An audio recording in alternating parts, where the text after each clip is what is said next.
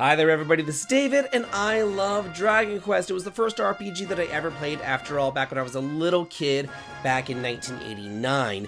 And I first started playing Dragon Quest 3 back on the NES, whenever I was in 4th grade. I still have my copy right here. Then again, about 10 or so years later, it was upgraded and ported on over the Game Boy Color, and I played that one too between classes in college. Then, the RPG trilogy was brought on over to the Nintendo Switch, and I had yet another excuse to play those games. So it does just seem appropriate to me to play the latest iteration of Dragon Quest III HD2D Remastered on the Nintendo Switch. So that is where you're going to be seeing all the footage of here, as I do go through like a deep dive review of one of my favorite games of all time. And I do think that that is worth a sub, as I try my hardest to hit 100,000 subscribers by the end of this year. And with your help, your like, and your sub, I just know that I can get there. So, thank you so much for your help in that matter, and now I want to go ahead and deep dive into one of my absolute favorite entries of my favorite franchise of all time. It should probably go without saying that this here is a ground-up remake of the NES classic originally released way back in 1989. And somebody hearing that today might think like, oh, that's just so old and so archaic. But no, not at all. I'm here to say that this version is not. It is a classic for a reason, and it has stood the test of time, and with all the new life that they breathed into this, it really is almost like I'm playing the game for the first time ever, even though I've, like, no joke, beaten it more times than I can count. I was just, like, running into all sorts of different secret places and areas that were not in the original game. And even though I do know that original game like the back of my hand, I still found myself talking to all the NPCs and seeing all the new dialogue that's been rewritten and hearing all the new voice acting in English or Japanese. Then there's the job classes.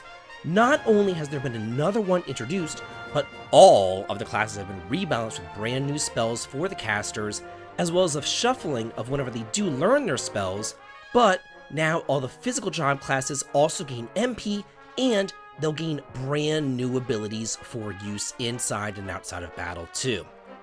And I've just got to say, I just have to put this out there, I really do miss classic RPGs like this. Those RPGs that tell an epic tale, spanning the entire world, which you can go out and explore, seeing the breadth and depth of humanity. You know those ones. The games that allow you to explore all sorts of different towns, continents, bustling kingdoms, and quiet small villages. Lately, it seems that many RPGs just want to like limit you to some sort of slice of life storyline.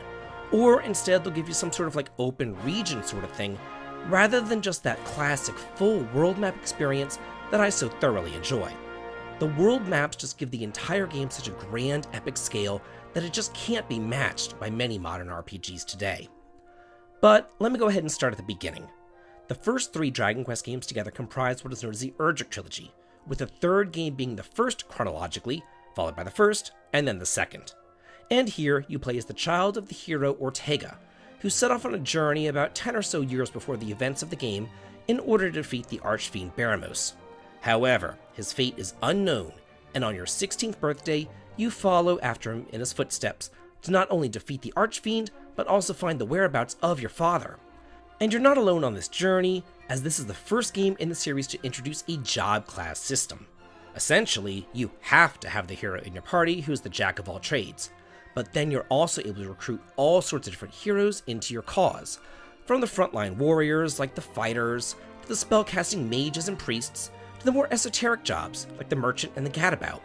But here, for the first time ever, a brand new job was added, the Monster Wrangler, really switching things up for newcomers and veterans alike. Not only that, but 3 different difficulty modes have been added, as well as like a ton of new mini-meta rewards and sweet quality of life changes, like being able to save at the church instead of having to trudge your way on over to the king, and also being able to move faster in towns and dungeons, getting a full HP and MP restoration every time that you level up, bringing in the ability to fast forward battles, and having the monster's HP color change from white to yellow to red, depending on how much HP they've lost during battle.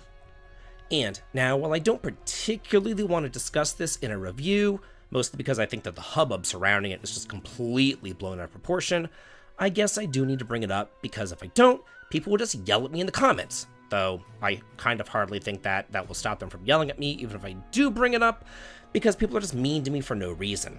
So anyway, let's talk about the gender thing. The original version of the game back on the NES did not have a personality system.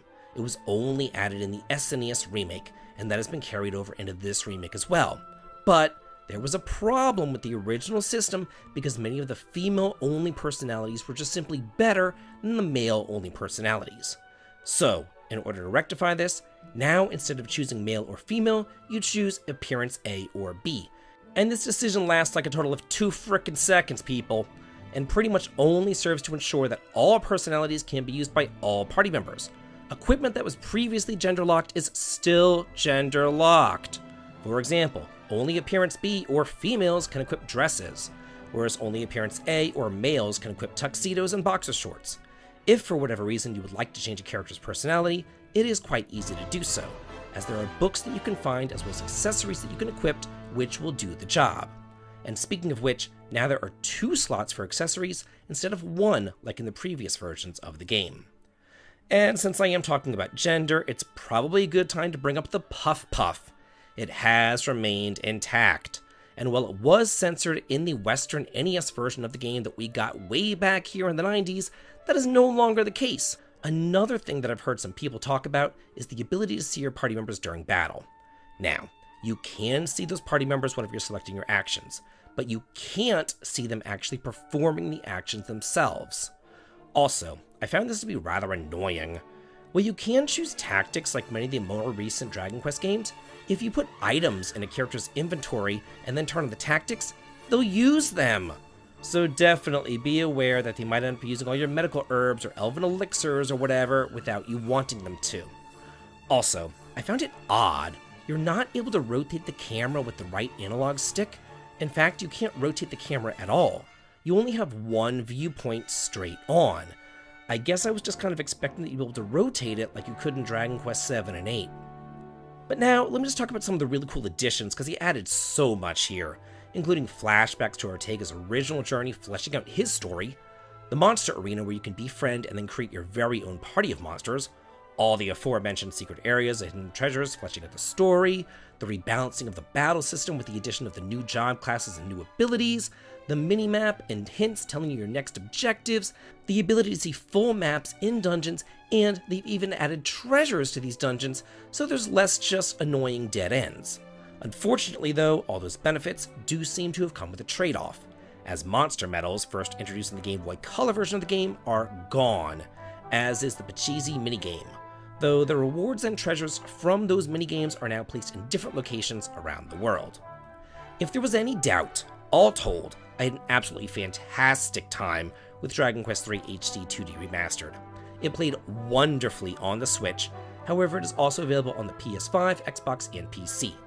This has always been one of my favorite games in the Dragon Quest franchise, as well as one of my favorite games of all time. And this remake just turns the volume up, and it allows modern audiences to have access to a classic that I first played whenever I was a kid. And it's the game that I personally credit with making me the RPG gamer that I am today. So that's it for my review of Dragon Quest III HD 2D Remastered. So I gotta ask you, how do you feel about the game and will you be purchasing it?